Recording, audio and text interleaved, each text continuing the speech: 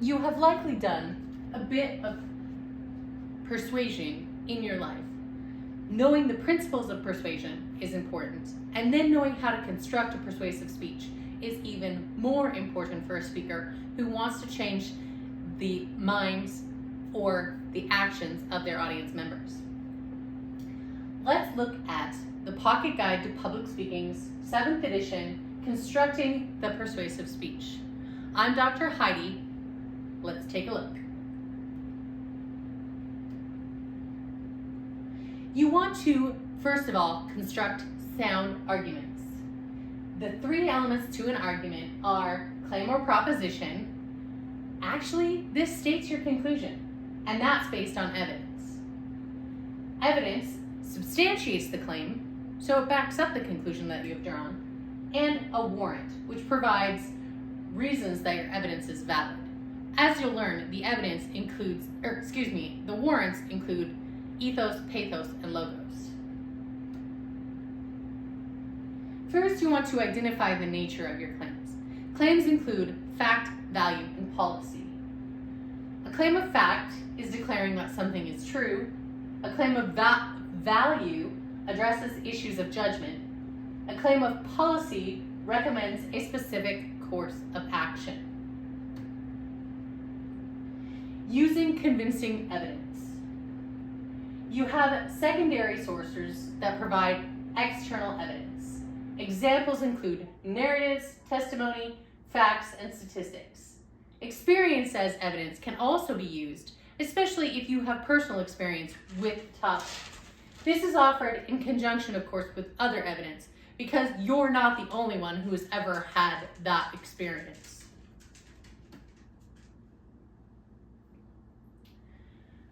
Then you need to select your warrants.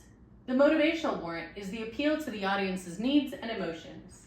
This is based on pathos. The authoritative warrants are based on credibility or ethos. This is focused on speaker credibility and source credibility.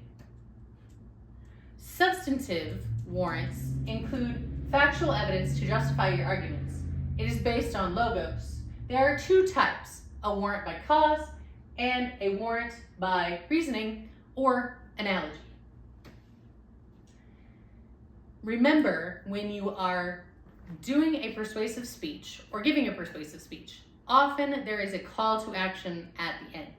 In fact, there's always a call to some sort of action, but it could be a physical action or a change of value, attitude, or belief. You need to tell the audience exactly what you want them to do and remind them of the benefits of taking this action as part of your conclusion. Sometimes when you're giving a persuasive speech or persuasive presentation, it's important to address the other side's argument. If you are only providing a one-sided message, then you don't have to mention the opposing claims. A 2-sided message mentions the opposing points of view, and it is generally more persuasive. However, you don't need to spend a lot of time on the other side or the opposing viewpoint. You just need to acknowledge that it exists. If you ignore the opposing arguments, it might damage your credibility. So you want to raise or refute the most important counterclaims. You want to avoid fallacies in reasoning. These are logical fallacies. Now, nobody's going to say, ooh, you used that reasoning fallacy. You better not use that reasoning fallacy again. That's awkward. But these are the types of fallacies that might be part of your presentation and should be avoided at all costs. Logical fallacies are false statements or erroneous statements. They provide deceptive reasoning, and you must be aware of them to avoid making them yourself and to allow you to identify them in other people's speeches. A couple of different types of fallacies include begging the question, ad hominem, and bandwagon. Begging the question is an argument that cannot help but be true. It has to be true. And it lacks evidence. So when I say something like, you really do understand this, right? That's begging the question. The only response that you can give is right. It's hard to give any other response. The ad hominem argument targets the person instead of the issue. And bandwagon is based on an argument of a general opinion. Come on, everybody else is doing it. You might as well do it too. What? Not everybody else is doing it, obviously. You also have the logical fallacy of either or, red herring, and hasty generalization. The either or fallacy presents only two possible alternatives, but there may be additional alternatives. This is like when we are electing a president to the United States. We are given the Republican option or the Democratic option. But more options actually exist. If you've ever voted for president of the United States, you will know that there could be a multitude of candidates listed on your ballot when you go to vote. Red herring relies on an irrelevant premise.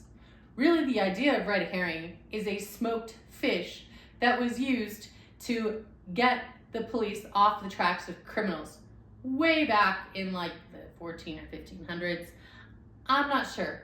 Most people don't use an actual fish anymore, but they do provide irrelevant premises. Hasty generalization are bases on broad conclusion on one instance. So people will say, oh, if you smoke pot, that means you're going to do acid, that means you're going to use heroin, you're going to use meth, and the list goes on and on, all because somebody smoked pot. That's a hasty generalization. There are other things that lead to people using and abusing recreational drugs. Post hoc, also known as false cause, faulty analogy, and non sequitur, or does not follow, are some more types of logical fallacies. Again, people are not probably going to point out exactly which fallacy you're using, only that your logic is false or it doesn't make sense.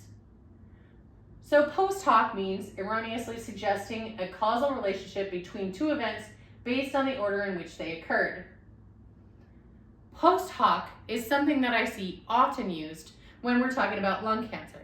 Many of us were raised on the fact that lung cancer is caused by smoking or secondhand smoke, but those are not the only ways that people get lung cancer. There are many other ways that lung cancer can develop within someone's body. Thus, you must address that specifically if you're not going to present a false cause. A faulty analogy is when it claims two things are alike, even when there is no basis for comparison. Non sequitur, or something that doesn't follow, is when the reasoning and the conclusion are unconnected. The ideas don't even really go together, and you're presenting them in the same speech. That's illogical. Two more types of logical fallacies include the slippery slope and the appeal to tradition. There's also the appeal to novelty, which is similar to an appeal to tradition. Let me explain. The slippery slope is that faulty assumptions that one case will lead to a series of events. And the appeal to tradition, well, it's always been done that way, so let's keep doing it that way. The opposite side of it is, it's new, so obviously we should try it. It's like getting a new iPhone every time they come out with a new iPhone.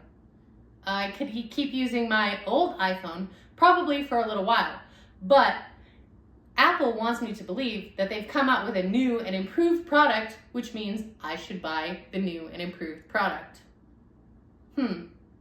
Appealing to tradition might set us back to the time of the very early telephones. You know, those one that looks like boxes on the wall, and you grab something and put it to your ear and talk into the box. I don't even know how to use one of those, but I think that's how it works.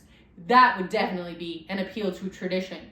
An appeal to novelty would be to get the iPhone 15. You want to strengthen your case through the organization of a persuasive speech. So now you know the importance of ethos, pathos, and logos in a presentation for persuasion, but let's look at the patterns that we use. You can use the problem-solution pattern. This is used when discussing claims of policy. It's just a 2-point pattern. You present the problem and the solution to the problem. The next is a problem-cause-solution pattern. This defines the nature of the problem. It provides reasons for the problem and then the proposed solution. Problem-cause-solution feasibility pattern is another pattern using problem-cause-solution, but is the solution feasible? That is the next step taken by this organizational pattern. So first you define the nature of the problem, the reasons for the problem, and propose a solution, but then you need to provide evidence of the solution's feasibility, or is it possible to implement the solution? You want to strengthen your case with organization, and you might use a comparative advantage pattern. This is used to show your proposal's superiority, and it allows you to make sure that you identify familiar alternatives. So if I was going to give a comparative advantages speech, I might talk about why my Ford F-150 is the best half-ton truck on the market. I could compare this to the Nissan Titan, the Toyota Tundra, the Ram 1500, or the Chevy 1500. There's also GMC products available. There's many types of half-ton trucks available on the market in the United States. What I can't do is compare my F-150 to a Tesla. The two don't even go together unless we're talking about fuel efficiency, and then that's a completely different comparative advantages speech. There is also a refutation or refutative pattern. You state the opposition, describe why the opposition's claim is faulty, offer arguments or evidence for your position, and contrast your position with opposing claims. You can also use Monroe's motivated sequence. This was developed by a man named Alan Monroe, and Alan came up with a 5-step process to be the most persuasive. It includes attention, need, satisfaction, visualization, and action. In the attention step, you address the listener's core concerns. Draw their attention to the fact that there is a problem. The need isolates the issue to be addressed. So why does this problem need to be addressed now at this point? Satisfaction is where you provide the solution to the problem. Visualization provides a vision of the anticipated outcomes. So if you implement the solution, how do we visualize the future looking? If we do what I recommend, this will happen, or could happen. If we don't do what I recommend, this is what could or will happen. Then you ask the audience to take some sort of action. You want them to do something to resolve the problem that you drew their attention to way back in step number 1 of Monroe's motivated sequence. There are many ways to be persuasive. There are many organizational patterns to choose from. You can also choose ethos, pathos, or logos, or implement all of them. Motivations and needs are also important to address when you're thinking about giving a persuasive speech. So, the next time you think about giving a persuasive speech, although it might be as easy as trying to convince somebody to go out for supper instead of you having to make supper, make sure that you include some of these elements that we discussed.